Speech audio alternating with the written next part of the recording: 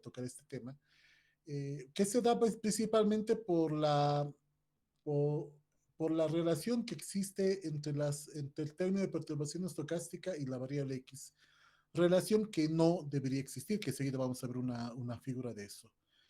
Luego se dan estas presentaciones, que son 5 presentaciones sobre el tema del sesgo de especificación, y una presentación además es adicional sobre los criterios que debería cumplir un modelo de regresión para ser considerado un buen modelo, ¿no?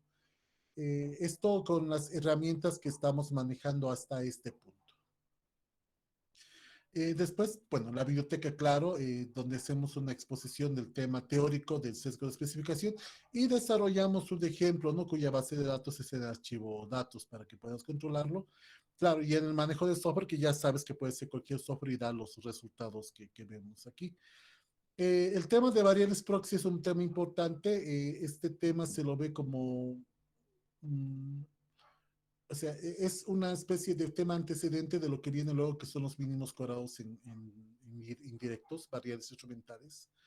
No estoy viendo el tema de variables instrumentales como un método, pero en realidad se podría ver a partir de este temita, ¿no? De las variables proxy. Solamente hay un método que conocido de forma matemática para determinar la presencia, perdón, la ausencia de variables omitidas en el modelo de regresión, y es la prueba que Ramsey detectó. Ahí te pongo la presentación de la misma. Te pido y te ruego que la estudies. En general, hay un pequeño ejemplo también desarrollado a partir de eso. Bueno, y es importante que lo mires. Y no estoy desarrollándolo en ningún software, porque yo voy a esperar que tú después de este video puedas hacerlo por tu cuenta, ¿no? Esa es un poquito la figura. Y el video 6 son los criterios para la selección de modelos, que son importantes en general, y esto también te lo recomiendo para que puedas manejar los mismos, aunque de todas formas voy a dar un poquito de énfasis después a este mismo video. Ya, esas son las presentaciones de su sesgo de especificación. No te puse una tarea sobre resolver ejercicios ni nada esta semana porque, bueno, hay, ya estoy casi listo para poner sus notas de segundo parcial y ya revisé la gran mayoría, solo me falta el examen y están, pues, no están buenas las notas. Entonces he ido revisando nuevamente la plataforma. Y el problema es que te metes a hacer las tareas sin haber visto antes los temas que avanzamos en clases. Es como si vinieras una vez por semana a clases y ya, ¿no? Y la tasa de visualización de los videos va por el 40-50%, no más. O sea, no ven todos los que están todavía activos en el curso los videos, y eso también se está reflejando en la nota. Las lecturas, mucho menos, será un 5% de ustedes que están leyendo realmente los textos que están en bibliografía, y peor las presentaciones, ¿no? Entonces, eso de alguna forma repercute en la nota que tienes, porque no existe un aprovechamiento óptimo del asunto. Como habíamos hablado la clase número 1, esto consiste en que tú aprendas econometría y yo te doy algunas herramientas para que lo hagas, pero el aprendizaje es individual, no es un aprendizaje colectivo como normalmente lo hacemos. Pero bueno, ya eso ya te vas a enterar el día lunes o martes, seguramente cuando termine y voy a subir las notas, cómo vamos. Así que por ahora he decidido suspender esta tarea, pero no es que no haya tarea, hay tarea. Tu tarea es, por lo menos en este último tema, que leas el material que está en plataforma, que sepas las presentaciones, que mires los videos, y bueno, eso te doy como de costumbre el tiempo hasta el día lunes para que puedas realizarlo. Y el día lunes nos vamos a reunir, voy a convocarles a una reunión nuevamente para que explique un poquitito la última tarea que vamos a tener para esta plataforma, ¿no? Van a ser 3 tareas, entonces ya han hecho 2 de las 3, faltaría una más para poder completar la misma en general. Bueno, esa es un poco la figura del tema de sesgo de especificación. Entonces, como vas a ver en materia, yo espero que el día lunes haya un poco más de intercambio, ¿no? De preguntas relativas al tema. Porque normalmente en las clases de los días viernes más es un monólogo que una clase, y a mí no me gusta el monólogo en general. Y eso no está funcionando, y obviamente eso se nota también en las cosas que hemos ido viendo. ¿Ya? Entonces, les ruego que realicen esto. Si no has visto el tema, velo, por favor, ¿no? Esto también a raíz de alguna pregunta que surgió en el chat el día de hoy. Entonces, lo que vamos a hacer hoy día es resolver precisamente la tarea de heteroscedasticidad que tenían que realizar ustedes para el día lunes y algunos el día martes, y ha habido algunos problemillas también con eso, así que he preferido que nos dediquemos a esto. Y lo voy a hacer en los dos softwares que la mayoría está usando, que es el SPSS y el Excel. Los que lo han hecho en reviews sabrán que esto es mucho más rápido, incluso en reviews, y por favor comparen los resultados que han ido obteniendo con los resultados que vamos a ir obteniendo con estos dos softwares, ¿ok? Ya, antes de que empiece con esto de la revisión de las tareas, ¿alguno de ustedes tiene alguna pregunta? Licenciado, buenas tardes. Si pregunté en el chat fue porque estaba pensando, que yo me acuerdo que usted dijo en una clase de que al final, o sea, iba a dar un tema en el cual solo voluntariamente unos cuantos iban a asistir, algo así dijo, pero que era por cuestiones de tiempo y en cambio otros, o sea, iba a ser voluntario, algo así dijo, y más fue por eso, le hice, si Sí, pregunté no, en la clase. sí, lo tengo presente, ¿no? Esto lo vamos a hacer. A ver, la siguiente semana nos vamos a ocupar de terminar un poquito el tema que estamos viendo. Voy a subir algunos videos, muy poquitos, ¿no? Donde redondeemos algunos puntos y donde tome en cuenta algunos problemas que no lo estoy tocando precisamente como un problema porque muchas veces no lo son, ¿no? El tema de la no normalidad de las Mm, perturbaciones estocásticas, por ejemplo, que eso sí es algo que hay que tomar en cuenta. Y cesamos eso es la siguiente semana. Y bueno, fijamos seguramente una especie de tarea última o tarea final. No lo quiero llamar, si quieres llamarlo examen, llámalo así, pero en realidad es una tarea, porque, bueno, lo vas a tener el tiempo necesario para hacerla y todo eso. Y después vamos ya. ya a pasar notas. Y luego vamos a fijar un cursillo rápido, unos 10 días seguramente, donde vamos a ver eso. Eso voy a consultar en su momento, chicos, si vale la pena hacerlo ahora. Algunos de ustedes me dijeron que por favor lo postergue para después de los finales que ahorita están muy cargados y que tal vez no se ha bien aprovechado el curso, ¿no? Entonces, yo también no tengo problemas, si quieren que lo hagamos después de los exámenes, también puede ser. Pero eso, en su momento lo discutimos, por favor. Ok, dice, gracias, licenciado. No, no tienes por qué. Bueno, si no hay más nada, empezaremos con el tema de tarea entonces.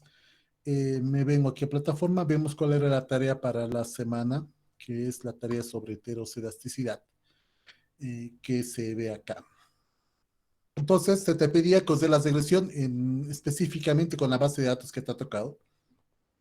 Yo aquí ya tengo la base de datos en Excel, que está, bueno, ya la limpié, ¿no? Lo que pasa es que toma demasiado tiempo para poder limpiarla, así que prefiero hacerlo antes de la clase. Si evitamos esperar unos 5 minutos a que estén limpios completamente los datos, ¿no? Como están acá. Aquí está la variable, bueno, departamento, área urbana rural, sexo, la variable ingreso laboral, bolivianos mes, la variable L y el AP, que es el logaritmo de los ingresos laborales que ya los obtuve acá, que es esta de aquí, los años de estudio o escolaridad, los años de experiencia y la experiencia elevada al cuadrado, ¿no? Esto para tener exactamente el mismo conjunto de variables que tenemos aquí. Logaritmo de YLAB como variable dependiente, escolaridad, experiencia y experiencia al cuadrado, estas tres como variables independientes. Entonces vamos a realizar la regresión que se nos pide en acá. Voy a utilizar todos los datos, no voy a seleccionar ninguno, es si tú lo puedes hacer también conmigo, si estás en un computador, o si no, bueno, presta atención, o lo puedes ver después en el video que lo vamos a subir, ¿no? Ok, marco la variable y, que es el logaritmo de y-lab, que lo marqué con amarillo para ubicarme que es esta. Luego voy a marcar las variables X, que son precisamente estas dos, años de estudio, años de experiencia y experiencia al cuadrado. Tiene rótulos, el rango de salida va a ser en la misma hoja y lo voy a poner aquí en la O. Además, le voy a pedir en el tema de heterocedasticidad, si estás trabajando con Excel, siempre pídele residuos, siempre. O sea, después de que hayas planteado columna Y, columna X, pedir que te calcule los residuos. Le dio aceptar y bueno, va a realizar la regresión y aquí la tenemos, ¿no? Donde tenemos los coeficientes que se conocen como coeficientes mínimos corados ordinarios. El intercepto 635, estamos hablando del impacto que tiene la escolaridad de 8%, es un modelo Lockley, no te olvides que esto se multiplica por 100. y la experiencia tiene un impacto de 4% sobre los salarios, manteniendo constantes esto de las variables. Además, aquí abajo se me han presentado dos conjuntos de datos que son, bueno, las variables que le he pedido al marcas de ceros. Estos dos conjuntos de datos los voy a agarrar, los voy a copiar, voy a llevar arriba para que estén al lado de mi base de datos. Entonces, el primero que tengo es el pronóstico de LYLAB, el pronóstico del logaritmo de YLAB, o también se conoce como LYLAB sombrero o LYLAB estimado, bueno, no sé cómo quieras llamarlo. Lo voy a llamar LYLAB hat, ¿no? LYLAB sombrero, o podría ponerle un sombrerito, ¿no? Si tengo el tiempo para hacerlo ahí en, en los símbolos del Excel. Y estos residuos que tenemos aquí, listo. Además voy a calcular los residuos al cuadrado, que los necesitamos para absolutamente casi todo lo que vamos a hacer. Entonces, este es residuo, lo voy a elevar al cuadrado, y vamos a extender, y aquí tenemos las tres variables, ¿no? El logaritmo de los ingresos laborales estimados, los residuos y los residuos al cuadrado, ¿no? En general. Y listo, ya tengo la primera parte de la base que vamos a usar. Entonces, bueno, vamos a hacer lo mismo en el SPSS. Claro, en el SPSS es un poquito más rápido. Vamos a irnos a... aquí está la base de datos, no la toqué, está exactamente como se ha importado. Le voy a decir analizar regresión lineal. Y aquí vamos a poner la variable logaritmo. No tengo, me he olvidado ponerla. Vamos a generar las variables. Vamos a calcular la variable LYLAB, que es el logaritmo de los ingresos laborales, logaritmo natural de los ingresos laborales que tengo aquí. Vamos a generar la... Bueno, vamos a también cambiar nombres. Son nombres muy largos los que tienen aquí, son bien pesados. Entonces, por ejemplo, esta que se llama años de estudio, que se llama escolaridad, se llama ingresos laborales, que sea YLAB como tal. Esta que es años de experiencia, que sea experiencia nomás, así a secas. Me falta generar experiencia al cuadrado. Transformar, calcular variables, establecer, siempre se establezcan cuando calculen variables por si acaso. Ya, entonces aquí vamos a agarrar la experiencia y la vamos a elevar al cuadrado con ese botoncito, ¿no? Elevamos al cuadrado y esta la vamos a llamar expertos, experiencia al cuadrado. Le digo aceptar. Listo, ya está generada. Ahora realizamos la regresión. La regresión va a ser del logaritmo de los ingresos laborales en función de la escolaridad o años de estudio, en función de la experiencia y en función de la experiencia al cuadrado. Y bueno, y si tenías que antes aplicar los filtros para poder seleccionar, bueno, el departamento, el área y el sexo del individuo que te ha tocado, ¿no? En general, yo estoy trabajando con todos los datos. Aquí están mis resultados. Dice que los años de estudio tienen un impacto del 8% sobre los ingresos laborales. Los años de experiencia tienen un impacto en promedio del 4% sobre los ingresos laborales. Y bueno, estos son los valores que hemos encontrado. Si comparas, son exactamente los mismos valores que se han encontrado en la regresión por Excel, ¿no? En general, aquí no hay cambio ninguno, o cambio alguno, son los mismos. Y así hemos realizado la primera, bueno, no hemos realizado todavía la primera pregunta, pero estamos en eso. Una cosilla más, me he olvidado. Cuando hagamos la regresión en SPSS para poder calcular esto de la heterocedacidad, regresión lineal, siempre váyanse antes al botón guardar. En el botón guardar, díganle que te den los valores pronosticados no estandarizados y que también te permite encontrar los residuos no estandarizados. Estas dos cosillas que las vamos a usar posteriormente. Basta, suficiente con esto.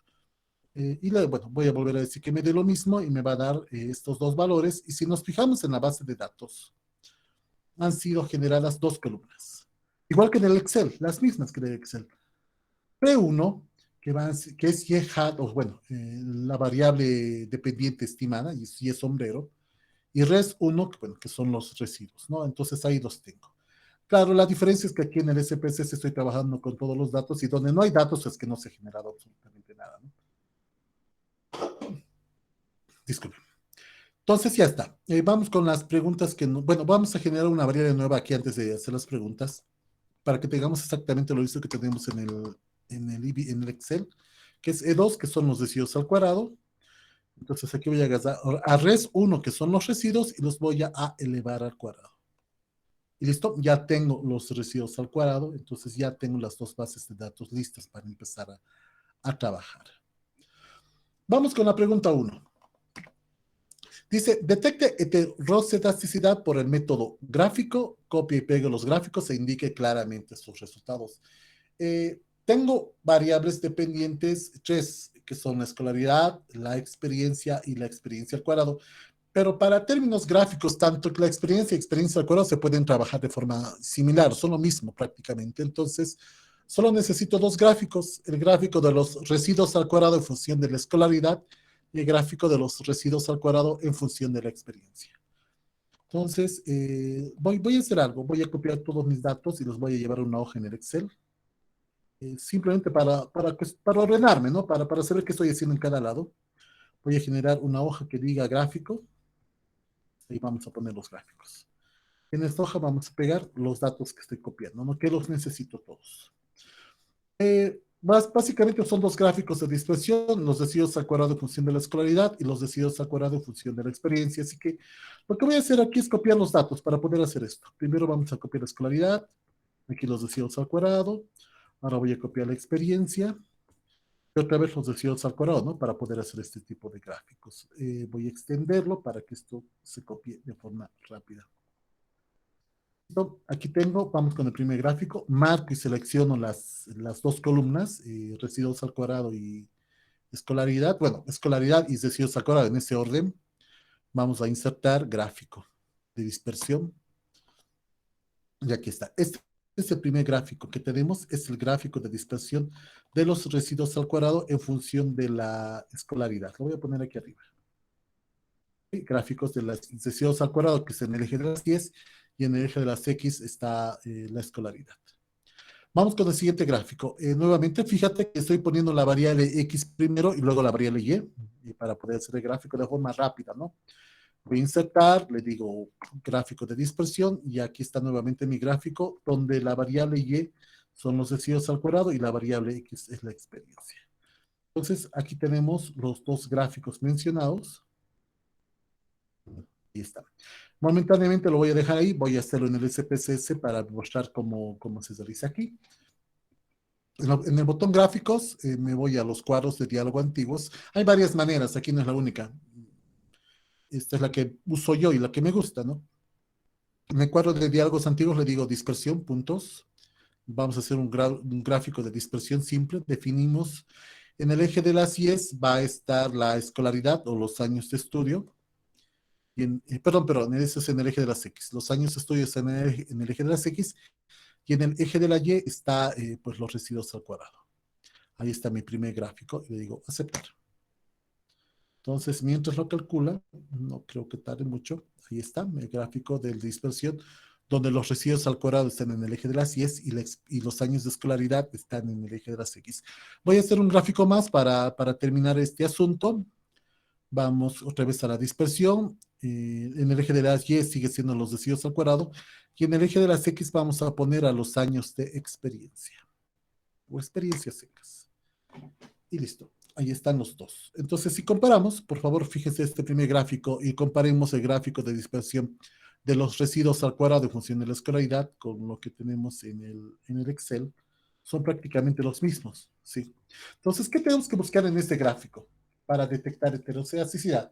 Chicos, ¿qué tenemos que buscar en el gráfico para ver si existe o no existe heterocelasticidad? Que haya cierta tendencia, licenciado. Uno, ¿qué más? ¿Qué hay que hacer de distancia, Alice, entre las varianzas? Ya las varianzas, perfecto. La distancia que existe entre el valor menor y el valor mayor. ¿Qué más? La significancia, Lice. No se ve en el gráfico la significancia. No podemos verla. Bueno, lo que dices bien. Hay que ver la distancia que existe entre el más pequeño y el más grande, ¿no? Y también lo que dije tu otra compañera, si existe o no una tendencia.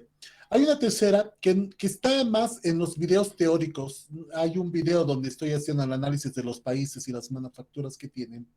Y hacemos la comparación de Corea del Sur, China, Hong Kong, Singapur, bueno, Hong Kong no está, pero Singapur, México, México. dice, creo. Entonces, ¿no ve? ¿Te acuerdas? Entonces, estos países destacaban porque salían del comportamiento común. Si te fijas, el comportamiento común aquí está por aquí abajo, ¿no? Por debajo de 10, por ahí más o menos está el común, la mayoría de los puntos de este gráfico se encuentran por acá, pero existen individuos que se encuentran fuera de la norma, o sea, fuera del comportamiento común y corriente que tenemos aquí. Este individuo de acá, este puntito que se encuentra sobre el, bueno, no sé qué punto es este, tal vez en el Excel se note mejor.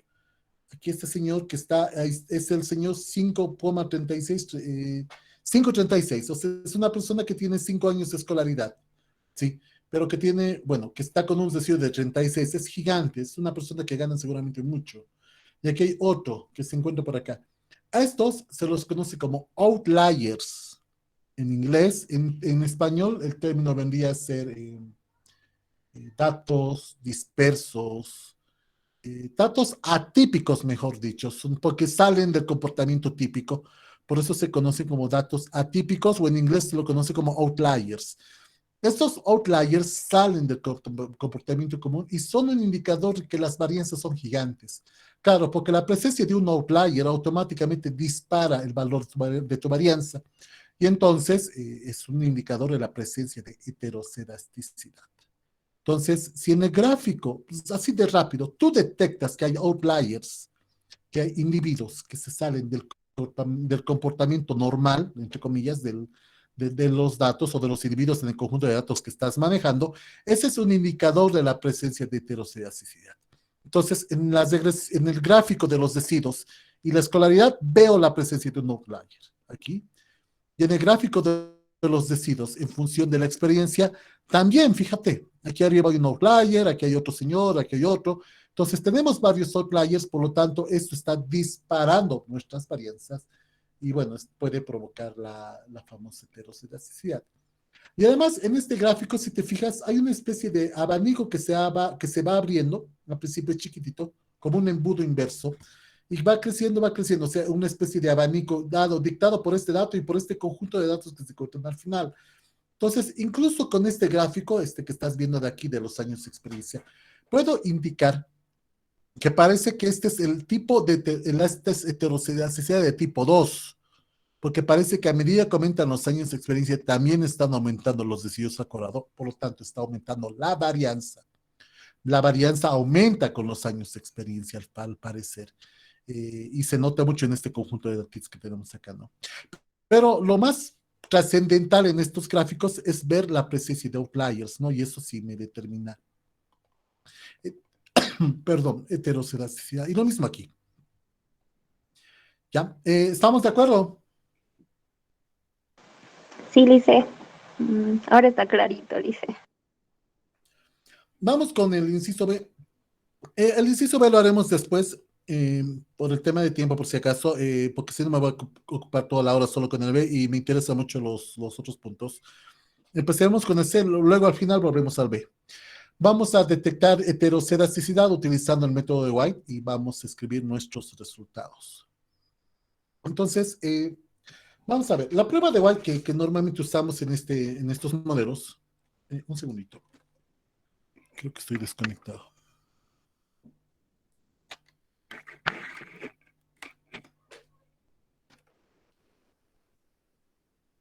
Ok, les decía, la prueba de White, que es la que vamos a ver ahora, es la prueba más, ¿cómo te digo? Más confiable para la detección de heterocedasticidad. Existen varias, ¿no? No es la única, pero bueno, esta prueba consiste en que hagamos los desvíos al cuadrado y veamos si hay alguna relación de los desvíos al cuadrado en función de algunas cosas. Para eso voy a primero escribir mi modelo. Y igual a beta 1 más beta 2 escolaridad, al cual voy a llamar x2, más beta 3 x3, que es la experiencia, y más beta 4 x4, que va a ser la experiencia al cuadrado. Estas son mis variables.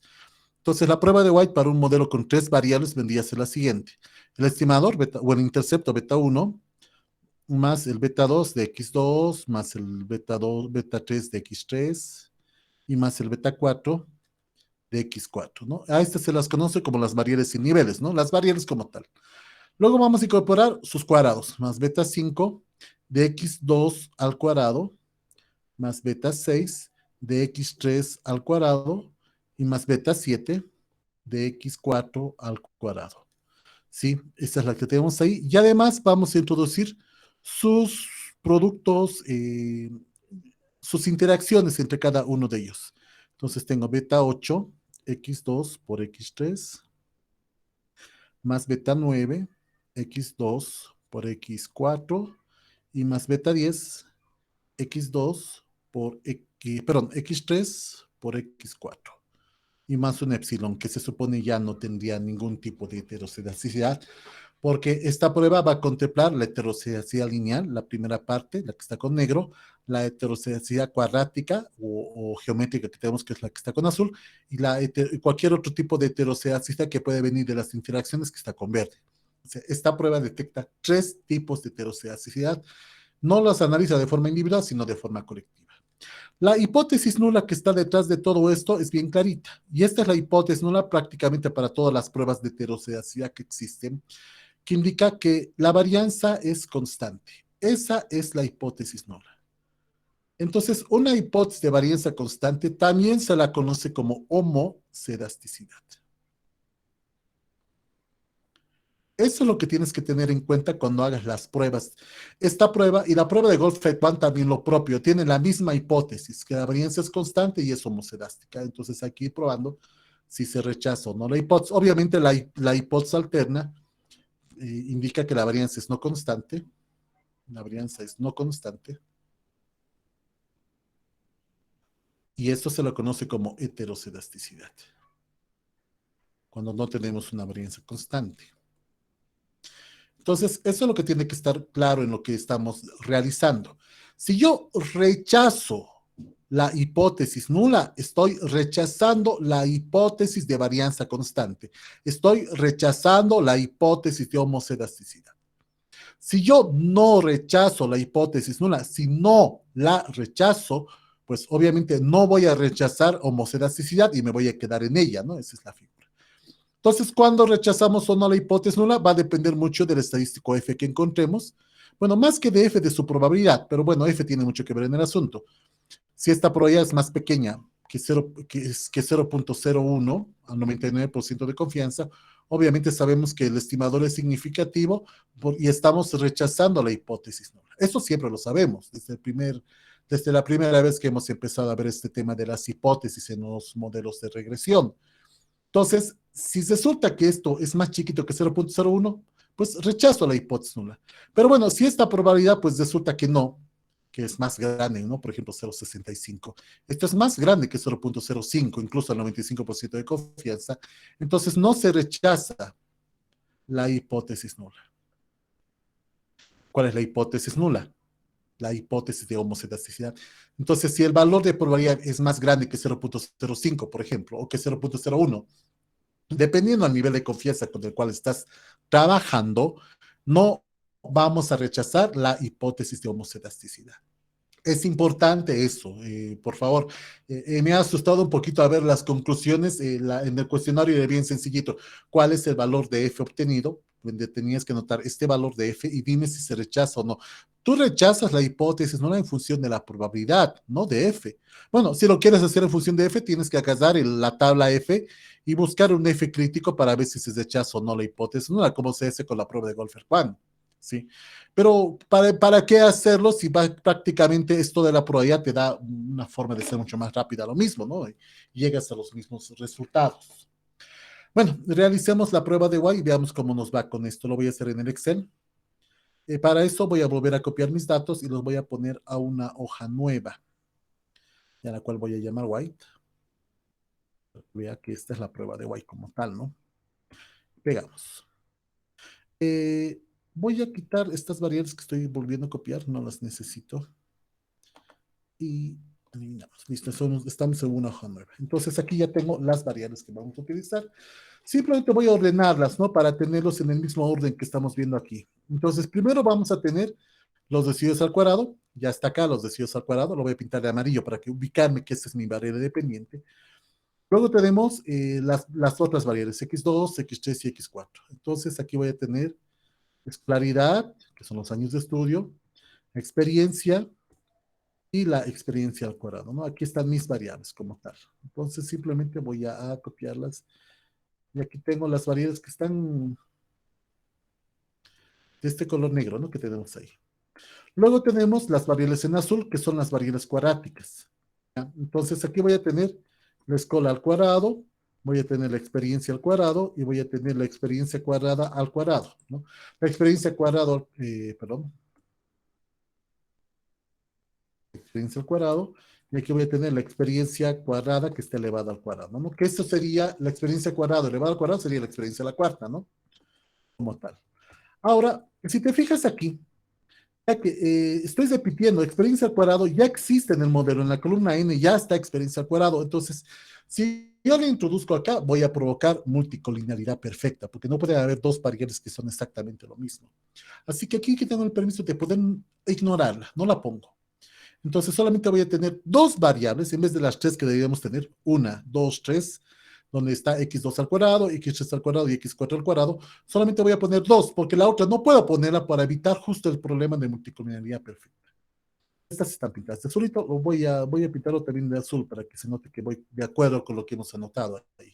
Solamente dos de las tres, experiencia al cuadrado y experiencia al cuarta. Solo en este caso, claro, porque si fuera otro el caso, ahí sí tendría que elevar la tercera variable o la segunda variable al cuadrado.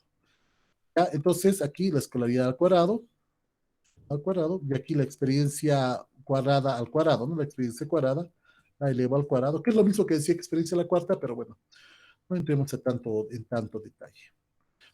Luego, las interacciones, x2 por x3, x2 por x4 y x3 por x4.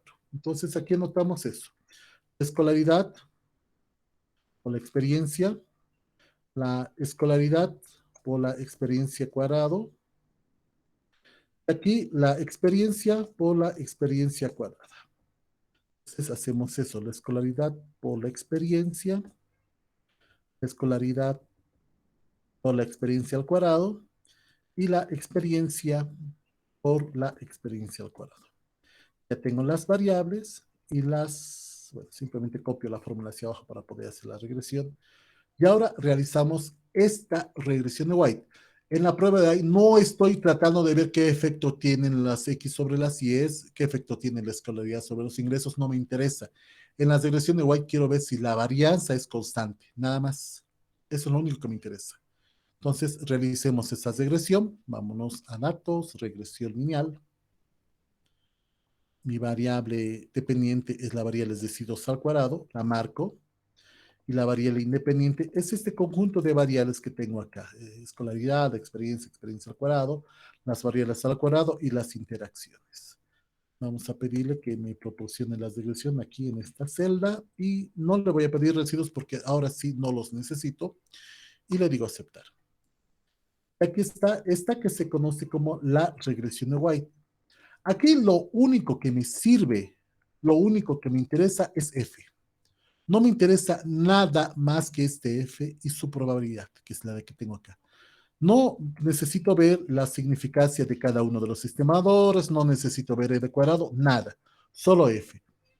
Si te fijas en este F tiene un valor de 88.57 y su probabilidad, que extrañamente se llama valor crítico en el Excel, pero es falso, esta es la probabilidad de 5.08 por 10 a la 144. Ya, un pequeño paréntesis antes de analizar esto, yo ya sé que tú ya sabes si esto es homocedástico o heterocedástico. Vamos a hacer lo mismo en el SPSS, ¿no? Para probar que obtenemos los mismos resultados. Entonces simplemente vamos a transformar variables. Vamos a calcular la SCOL cuadrado, 2, que es la variable años de estudio elevados al cuadrado. Voy a calcular la variable exper 4 o experiencia a la cuarta, la variable experiencia al cuadrado elevado al cuadrado, ¿no? Experiencia al cuadrado elevado al cuadrado, y eso va a llamarse experiencia a la cuarta, ¿no? Simplemente como para no confundirme de cosas. Aquí voy a generar las interacciones, aquí vamos a anotar SCOL por exper, entonces vamos a agarrar los años de estudio y los vamos a multiplicar por la experiencia. Esta es la primera. Ya tengo un espacio aquí, no debería tener espacios, me dice. Okay, le pongo una línea entonces, ya está. Vamos a calcular variable excol por experiencia al cuadrado, entonces aquí vamos a poner excol por expert 2 Y finalmente vamos a generar una variable que va a ser experiencia por experiencia al cuadrado. Por experiencia al cuadrado, y aquí lo que voy a hacer es reemplazar escolaridad por experiencia. Y listo, ya están generadas todas las variables. Ahora realizamos esa regresión, la de White. Me voy a lineales, vamos a establecer todo. La variable dependiente son los residuos al cuadrado. Las variables independientes, escolaridad, experiencia, experiencia cuadrado. Las variables cuadráticas, scol cuadrado y experiencia a la cuarta. Obviamente repetimos la misma idea. No puedo volver a poner experiencia al cuadrado porque vamos a provocar multicolinearidad perfecta. Y los cruces, ¿no? Las variables de interacción. Scol por experiencia al cuadrado y experiencia por experiencia al cuadrado. Listo, le digo aceptar. Entonces, aquí está el valor F, que es 88.578, que es exactamente el mismo que hemos obtenido en el Excel. No hay variación aquí. Sí, tal vez un decimal, pero por ahí lejos. Pero el resultado es el mismo y la probabilidad también, la probabilidad prácticamente es 0.00, o bueno, aquí el Excel te da más detalles, ¿no? Dice que hay 144 ceros y está el 5 después. Con estos resultados, ¿existe o no existe heterocedasticidad?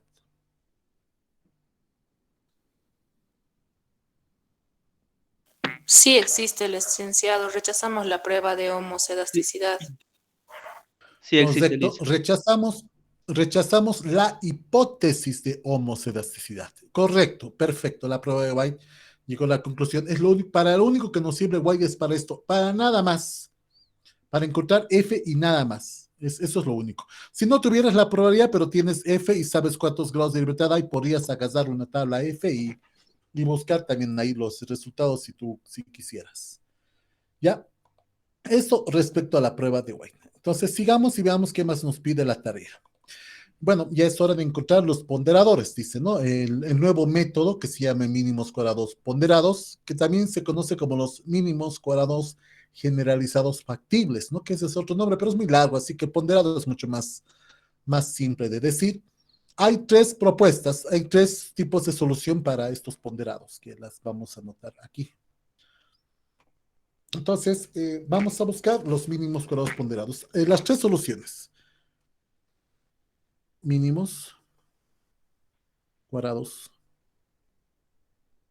ponderados. Entonces, ¿por qué hay tres? Porque en realidad no sabemos cuál es la estructura de la varianza. Podemos suponer que la varianza es proporcional al cuadrado de x, de alguna de las x que tenemos aquí. De x2, por ejemplo, que en la tarea yo te pido que uses la escolaridad como varianza, entonces respecto a x2.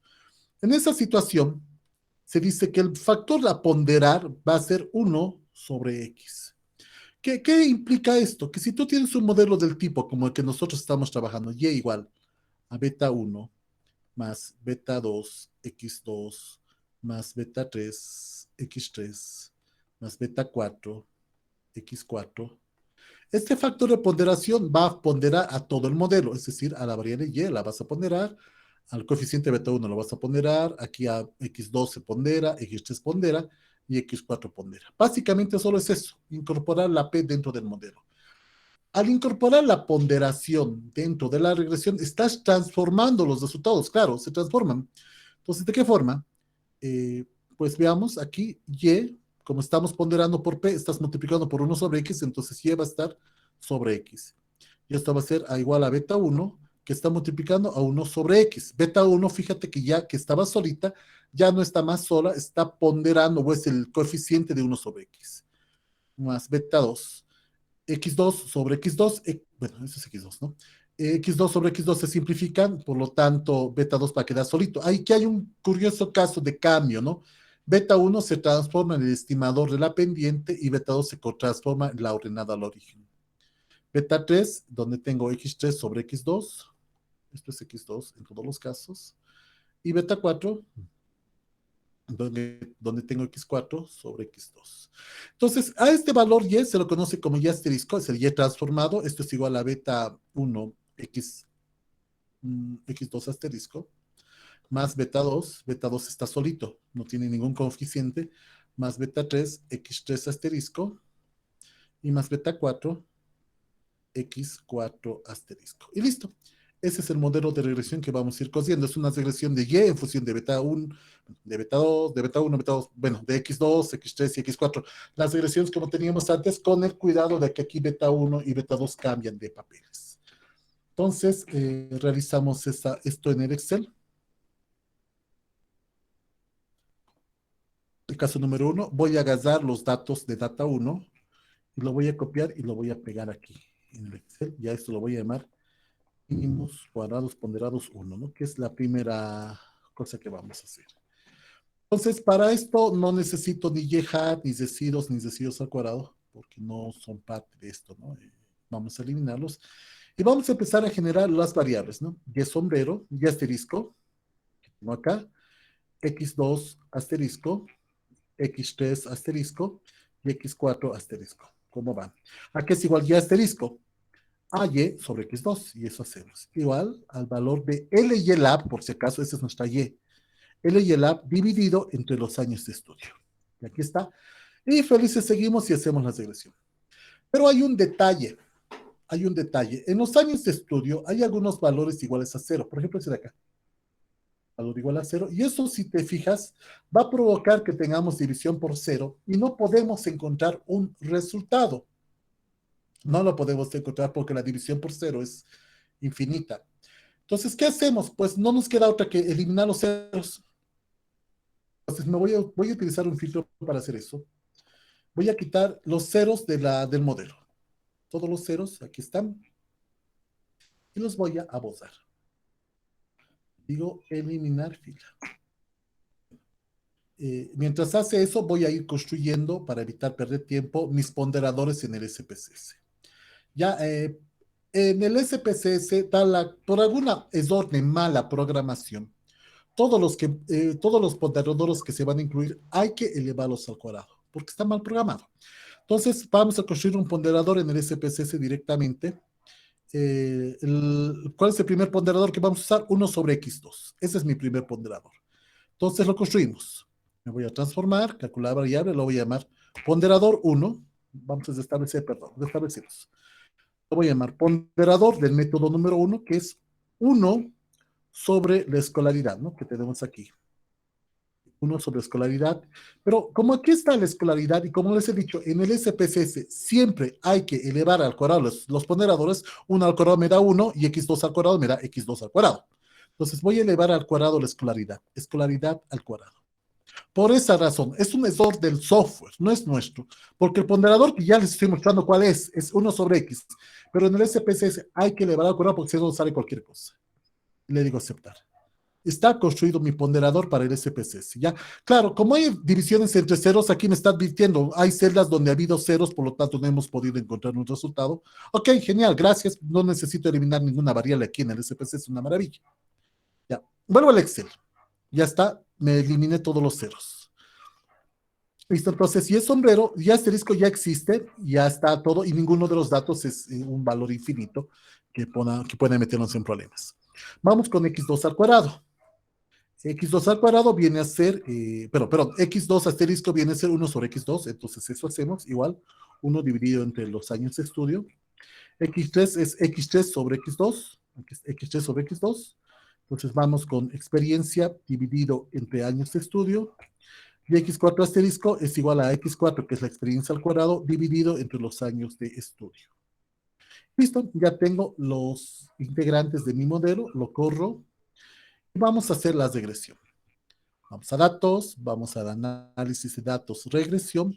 Marcamos la variable y como variable dependiente. Y marcamos el resto de las variables como variables independientes, x2, x3 y x4, como tenemos aquí. Y bueno, listo, tiene rótulos, mi rango de salida está muy lejos, vamos a ponerle en n.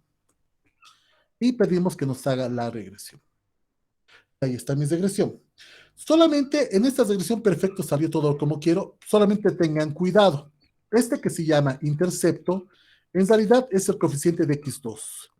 Este que estoy anotando aquí, que nos confundamos.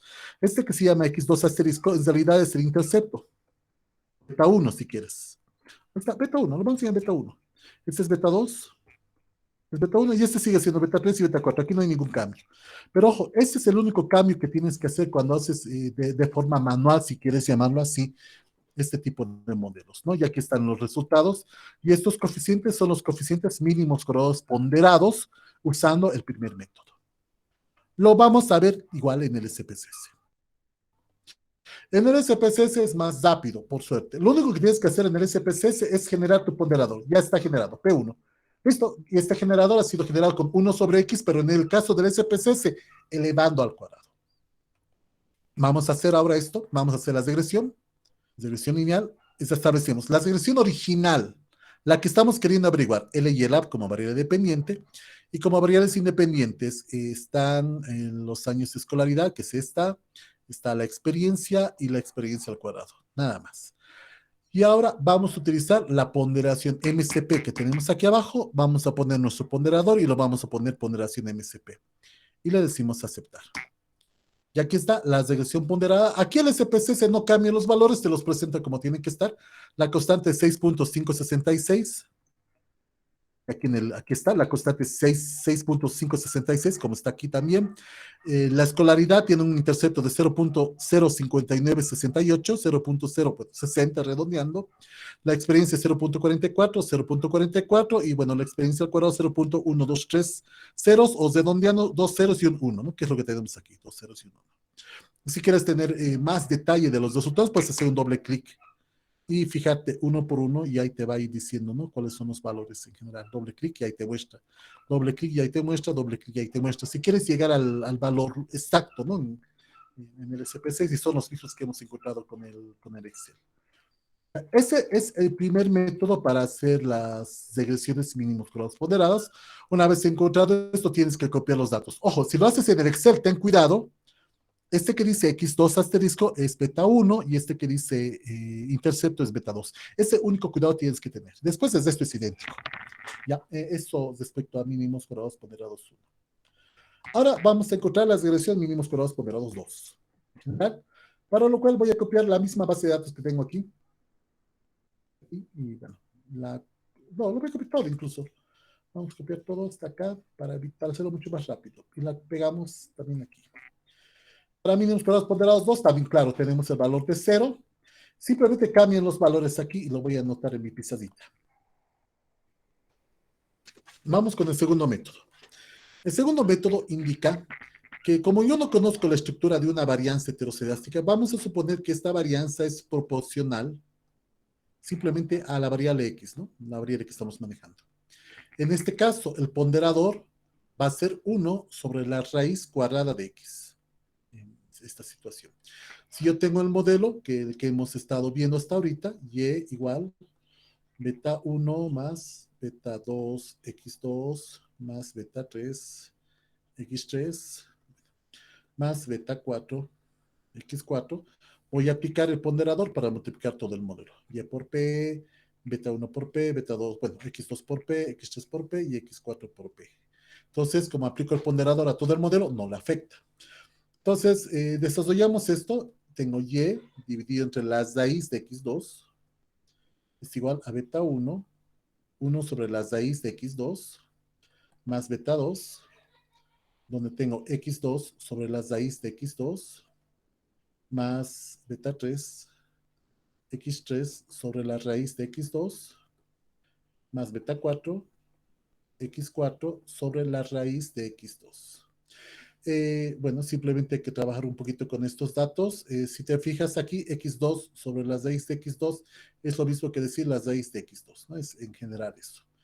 Y aquí tengo y asterisco, que es esto de acá, igual a beta 1, x1 asterisco, lo vamos a llamar x1 asterisco esta relación, más beta 2, x2 asterisco, que es la transformación, más beta 3, x3 asterisco, y más beta 4, x4 asterisco. Aquí, si te fijas, ha desaparecido el intercepto. No tengo intercepto porque beta 1 es un coeficiente de una variable, beta 2 coeficiente de una variable, o sea, todos son coeficientes de variables, entonces en el método 2 no se corre con intercepto. No existe el intercepto en esta regresión. Vamos a regresar al Excel y lo hacemos. Entonces aquí tengo los datos. Vamos a corregir, bueno, los valores de y, x2, etc. Y aquí hay que aumentar un x1, ¿no? Un x1 asterisco. X1 asterisco. Bueno, entonces, en este caso, y va a ser la relación de logaritmo de los ingresos laborales dividido entre la raíz cuadrada, entre la raíz de los años de escolaridad. Ahí está mi primer valor. X1 es, en este caso, simplemente 1 sobre la raíz de X2, igual 1 sobre la raíz de X2, que son los años de estudio, es F2. X2, si te fijas, es X2 sobre la raíz de X2. En realidad, si haces esa división, te queda como la raíz de X2 directamente. Entonces, esto es igual a la raíz de los años de estudio. X3 es igual a la variable X3, que es la experiencia, dividido entre la raíz de X2. Y X4 es igual a la experiencia al cuadrada dividido entre la raíz de X2, que son los años de escolaridad. ¿Listo? Ahí tenemos esto. O extendemos y hacemos la regresión para poder ver los nuevos estimadores mínimos cuadrados ponderados. Y está marcada. Y ahora vamos a marcar X, ¿no? X aumenta una variable más. Y aquí están todos mis casos, ¿no? Esto va a salir en N, perfecto, y le digo aceptar. Esta es mi regresión. Estos son mis... Ah, perdón, miento, me he equivocado, me equivoqué. Las regresiones he dicho no tiene intercepto, entonces la voy a volver a hacer, regresión. Pero en la regresión le voy a decir que no, que me diga constante igual a 0, eso es importante. Marco constante igual a 0 y le digo aceptar. Y aquí está la regresión. Y si te fijas, en la parte donde dice intercepto, no me calcula ninguna regresión, no deja ningún estimador, quiero decir, todo está en 0, ¿no? Entonces no ha calculado intercepto. Entonces, este X asterisco 1 es beta 1, este X asterisco 2 es beta 2, X3 asterisco beta 3 y X4 asterisco beta 4, y ahí están los resultados que enseguida comparamos con el SPSS. En el SPSS es más rápido, ¿no? Voy a ir a transformar, voy a calcular la variable, en este caso va a ser mi ponderador número 2, para el modelo número 2. Este ponderador es 1 sobre la raíz de X. Entonces aquí lo voy a notar, 1 dividido entre la raíz de X. Pero como el modelo está elevado al cuadrado en el SPSS, va a ser 1 sobre la raíz de X elevado al cuadrado, y eso me va a dar 1 sobre X, 1 sobre escolaridad. Y ese va a ser mi segundo ponderador que tenemos ahí. 1 sobre escolaridad, como lo ven ahí. Digo, aceptar. Ya está, y volvemos a hacer la regresión. Regresión lineal, quito P1 del modelo, y aumentamos el ponderador número 2 en la ponderación mínimos grados ponderados, ¿no? Aquí abajito. Y le digo aceptar. Entonces, claro, es más rápido porque el software está usando estos datos. Beta 1 es 6.473.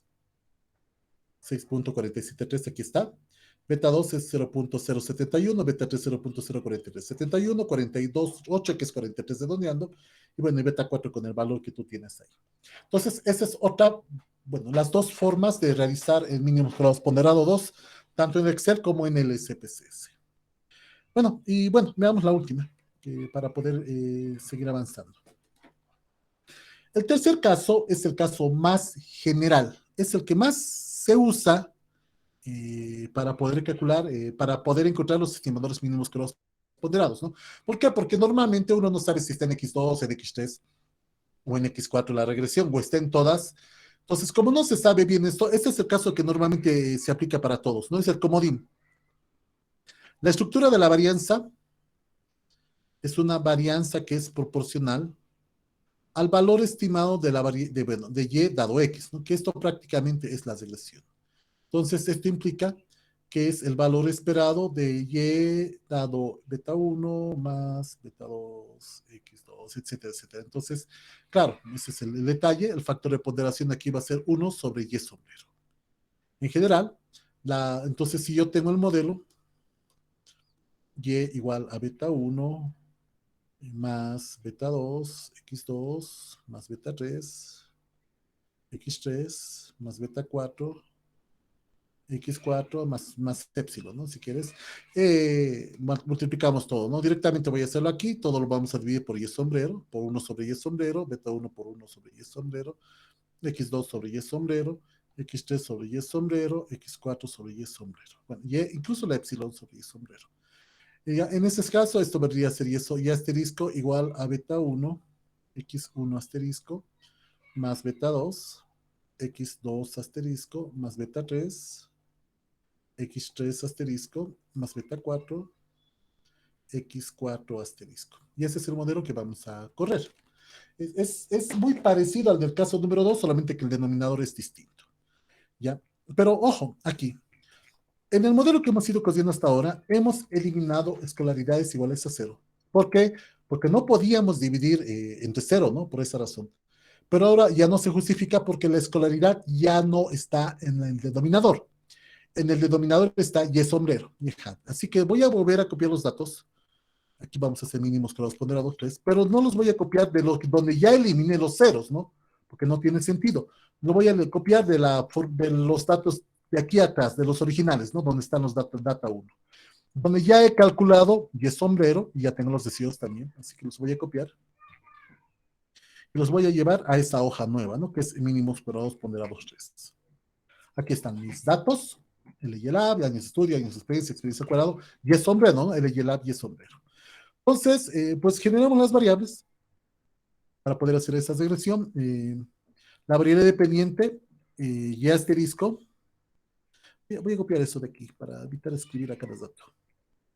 X1, X2, X3 y X4 asterisco. Entonces, ¿cómo generamos Y asterisco? Según esta fórmula es Y sobre Y sombrero. ¿Qué es Y? Logaritmo de ingresos laborales. Por eso lo pinté de amarillo. Logaritmo de ingresos laborales. Dividido entre Y sombrero, que es ese de acá. Ya está mi Y. X1 asterisco es igual a 1 sobre Y sombrero. Allá, 1 dividido entre Y sombrero. X2 asterisco igual a X2, que es años de estudio, divididos entre Y sombrero. X3 igual a años de experiencia, divididos entre Y sombrero. Y X4 igual a años de experiencia al cuadrado, divididos entre Y sombrero. Ya están los datos, simplemente los extendemos y los copiamos. Y realizamos ahora la regresión para encontrar los estimadores mínimos grados ponderados en caso del tercer supuesto. Variable dependiente y asterisco. Variables independientes, bueno, desde X1, X2, X3, X4. Nos aseguramos de que la constante sea igual a 0 también en este caso. Y cosemos la regresión un ratito aquí en P. Aquí está mi regresión. El X1 asterisco es beta 1, beta 2, beta 3 y beta 4, ¿no? Claramente. Veamos en el SPSS. Ya hemos generado en el SPSS y el sombrero. Aquí está, pre 1. Cuando hicimos la primera regresión, le dijimos que nos la calculé. Este es y el sombrero, pre 1. Entonces, lo que hay que hacer con este pre 1 es encontrar su recíproco. Y como estamos en el SPSS y todo está al revés, aquí elevarlo al cuadrado, ¿no? Vamos a transformar. Calculamos P3 o el tercer ponderador. En este caso va a ser 1 dividido entre pre 1, donde no es pre 1, debe ser este, pre 1, elevado al cuadrado, porque es el SPSS y le gusta hacer esas cosas. Le digo aceptar, ya está. Vamos con la regresión lineal. Mi factor de ponderación ahora va a ser P3, que lo ponemos aquí, y le digo aceptar. Y aquí está, beta 1, la constante, 6.361, comparemos. 6.361 con el Excel, es el mismo. Beta 2, 0.081, 0.081, beta 3, 0.041, 0.042, redondeando, 0.042, correcto, y bueno, el beta 3 que está ahí. Entonces, confirmado, con tanto en el Excel y en el SPSS llegas a los mismos resultados. Claro, en el Excel toma un poquito más de tiempo, pero si tú te estás asegurando realmente que las cosas son como tú quieres que sean, ¿no? En este sentido. Bueno, ya hemos encontrado estos. El inciso G era solamente para los que han trabajado con EBIUS, porque si bien sí se puede en el Excel calcular la varianza de White, es un dolor de cabeza. Y dije, no, es suficiente, ya tienen muchos dolores de cabeza, no quiero que terminen odiando hacer econometría con Excel. Y, bueno, y también con el SPSS. Así que por esa razón no lo calculamos las varianzas robustas. Está en la literatura, si quieres verlo ahí, la fórmula también está presente en el libro de Woolrich. Bujarati no te da la fórmula, pero Woolrich sí, para poder calcular esta varianza robusta. Bueno, simplemente era eso, podrías hacer un cuadro comparativo. Ojo, los resultados no cambian mucho por si acaso, en general. Te lo voy a mostrar ahora. Vamos con la regresión original, mínimos grados ordinarios. Estos resultados, estos coeficientes de regresión mínimos grados ordinarios tienen un problema, la varianza. Tienen una varianza grande. Pero, bueno, son los resultados que tenemos acá. Entonces, dejan de ser medio. El valor, vamos a comparar los años de escolaridad o los años de experiencia, 0.041, 0.04196. Esta es la regresión mínimos grados ordinarios que tiene varianza grande, es ineficiente. 41.96. Veamos qué pasa en el primer estimador, mínimos grados ordinarios, mínimos grados ponderados 1. El resultado para la regresión me da para la experiencia 0.44. Ya no es 41%, pero ya no es 4,1%, es 4,4%. Cambia un poquito. Esto ya tendría que ser, entre comillas, eficiente. Vamos en la segunda regresión, ¿cuándo nos va con la experiencia? Estamos a de 0.42, o sea, 4,2%, 4,3% redondeando. Se parece mucho a la anterior. Vamos con la tercera. El tema de la experiencia es 4,8, 4,18, perdón. Se parece mucho a la estimación mínimos grados ordinarios. Entonces, si te das cuenta, una forma de darte cuenta que también estás haciendo bien las cosas, no debería haber cambios bruscos en los resultados de los estimadores encontrados mediante mínimos grados ordinarios, y cualquiera de los ponderadores que se está utilizando en el modelo de regresión. Sí. Bueno, imagino que tienen preguntas, espero que esté comprendido cómo se realiza esto en cualquiera de los dos softwares. Adelante, por favor.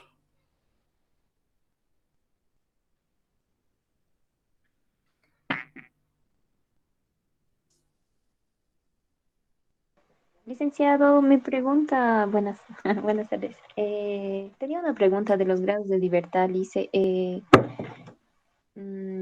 Es que no sé si se bien. Por ejemplo, en EBIUS, o sea, para resolver en EBIUS, dice. Claro, los grados de libertad es N-K, ¿verdad? Pero en EBIUS, en el video que yo vi que resolvió usted, le puso 3 grados de libertad y le restó eso al total N. No, esa era mi consulta, Liz, porque después de la fórmula de calcular N-K, sí me acuerdo, Liz, porque vi en el foro de que otros pusieron 20, 30, hasta pusieron de 20 a 100, ¿cómo era esto? 60 a 120, algo así leí en el foro, y no más eso, Liz estaba como que dudando si se bien o mal. En el IBIUS es más rápido que en el SPSS todavía. Por favor, dame un segundito mientras preparo las variables.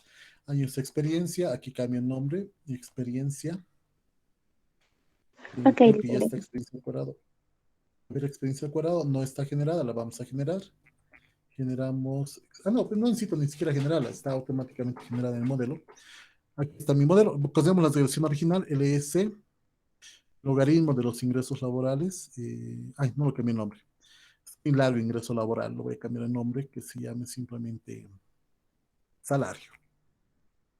Listo, ahí está. Entonces, aquí sería la regresión del logaritmo del salario en función de beta 1, que es C, polaridad, sol, experiencia, exper y exper al cuadrado, ¿no? Que es la experiencia al cuadrado. Aquí está experiencia al cuadrado. Listo, corro la regresión. Ya aquí están mis resultados en el reviews. Yo no sé si tengo heterosexual, lo voy a ver con la prueba de White. Me voy a ir a View, me voy a ir a Residual Diagnostics y me voy a Heterokedasticity Test, que es la que tengo aquí, y le digo que me haga la prueba de White. Y con términos constantes, y aquí está el resultado, 88.57, la significancia es 0, es decir, tengo heteroscedasticidad. Si comparamos con los resultados que hemos ido obteniendo hace un momento, es el mismo resultado, 88.57 con F, y su misma probabilidad, ¿no? Entonces, sí, hemos detectado heteroscedasticidad, así que hay que resolverla. Para resolver la heteroscedasticidad, vamos a aplicar los 3 estimadores mínimos grados ponderados.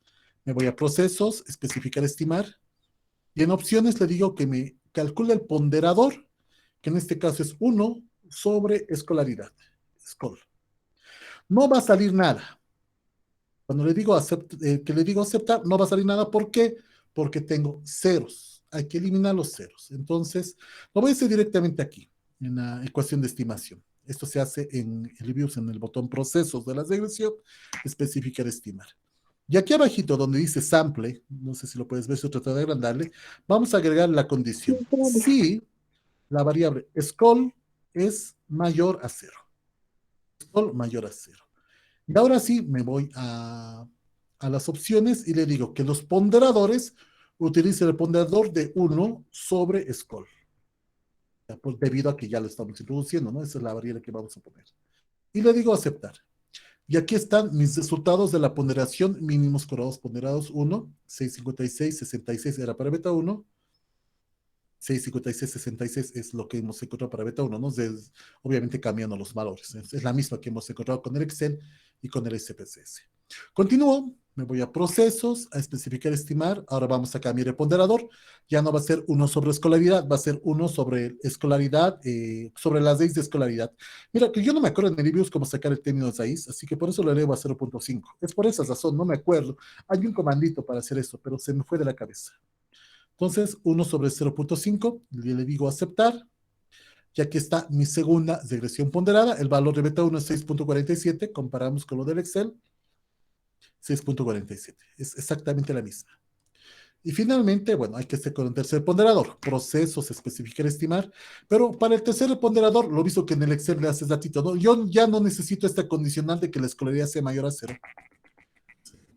No hay ya escolaridad de 0. Estamos trabajando con todos los datos. Y el ponderador va a ser entonces 1 sobre y hat, que no lo he construido. Ah, mira, se me olvidó por completo. Voy a volver a construir la regresión. Otra la regresión. Voy a generar y hat, o y sombrero, que va a ser igual a qué. Mira, se me fue la fórmula de la cabeza. Aquí es igual y hat. A veces uno necesita anotarse las cosas, ¿no? Los residuos son igual al valor observado menos el valor estimado. Por lo tanto, el valor estimado va a ser igual a el valor observado menos los residuos. Esa sería la fórmula para YHAT. Valor observado menos residuos. Entonces aquí anoto eso. Generamos YHAT como el valor observado, que es el logaritmo de los ingresos laborales. No, salario hemos llamado aquí. Logaritmo del salario menos los residuos. Que es, los residuos se generan automáticamente en el software. Ya está generado. Entonces, en esta regresión, yo le voy a decir procesar, especificar, estimar. Aquí no hay ninguna condicional. Listo, me voy a opciones y le digo que el factor de ponderación sea 1 sobre y hat, y es sombrero. Aquí están los resultados. El coeficiente es beta 1 es 6.36. Si comparamos con lo que hemos encontrado hace ratito, beta 1 es 6.36. Entonces, de esta forma se realizaría yo la tarea en el review. Si te fijas, he tardado, ¿cuántos? 5 minutos menos, y es mucho más rápida que cualquiera de los otros dos. Claro, es que el review está elaborado para esto, ¿no? Ese es su objetivo de este software. No sé para nada los grados de libertad en esto, ¿no? Y ahí no me va la pregunta, ¿dónde entramos con el tema de los grados de libertad? Ah, no, Lisa, era en el otro, en el de... Ay, ahorita un ratito, Lisa. Golfelquan. Sí. Golfelquan. Sí. No, era en el de Ya, ok, eso lo vamos a hacer ahora. ¿Alguna otra pregunta con lo que ya hicimos? Ok, yo no soy vendedor de softwares, no me interesa que manejes cualquiera de los tres, o sea, maneja en el que te sientas cómodo. Si quieres aprender reviews, tiene su ventaja aprender reviews, lo haces más rápido, pero bueno, aprender un software un ratito para luego no volver a usarlo jamás, eso no es lo mío, por eso prefiero que lo hagas, y por eso era el esfuerzo, ¿no? Que hazlo en el software que quieras. Te estoy demostrando en esta clase que en cualquiera que lo hagas, los resultados van a salir igual. No tienen por qué cambiar. Ahora puedes ir probando, ¿no? Y aprendiendo poco a poco. En realidad, econometría se trata de ir aprendiendo por uno mismo. No esperes que existe. Es genial docente que te lo voy a enseñar, eso no hay. Cada uno tiene que aprenderlo al ritmo que tiene y bueno, no hay otra manera. Esa es la forma. ¿Ya? ¿Algo más, chicos? Voy a hacer la prueba de Golfelquan. Ay, la hora. Haremos algo. Mira, tengo una reunión justo a las 7 menos 20, yo sé, en 5 minutos, y no voy a acabar la prueba. Voy a preparar un pequeño videíto donde resuelvo la prueba de Golfelquan con estos 3 softwares. Obviamente en el Excel me voy a concentrar mucho más porque ese es el software que varios de ustedes están usando. y luego lo voy a ver en el tema del SPSS, y en el Libius hace una cosita chiquita también, como lo que vimos ahorita, y lo voy a subir en la noche, más tardecita, cuando suba el video este video de la clase para que puedan también comparar con el Pro Warfare 4. Ok, esto para que no les dejen la duda, ¿no? De cómo realizar esta prueba con estos tres softwares. Está ¿Ya? bien, Liz. Por Está favor, bien, no. Lince, Sí, sí, te gracias. escucho. No, no, le decía que estaba bien. Ok. ¿Alguien quería decir algo más? No, Liz. Eh, Ya, por favor, no se olviden, su tarea es sencillita, háganla, es leer, nada más que leer, vean los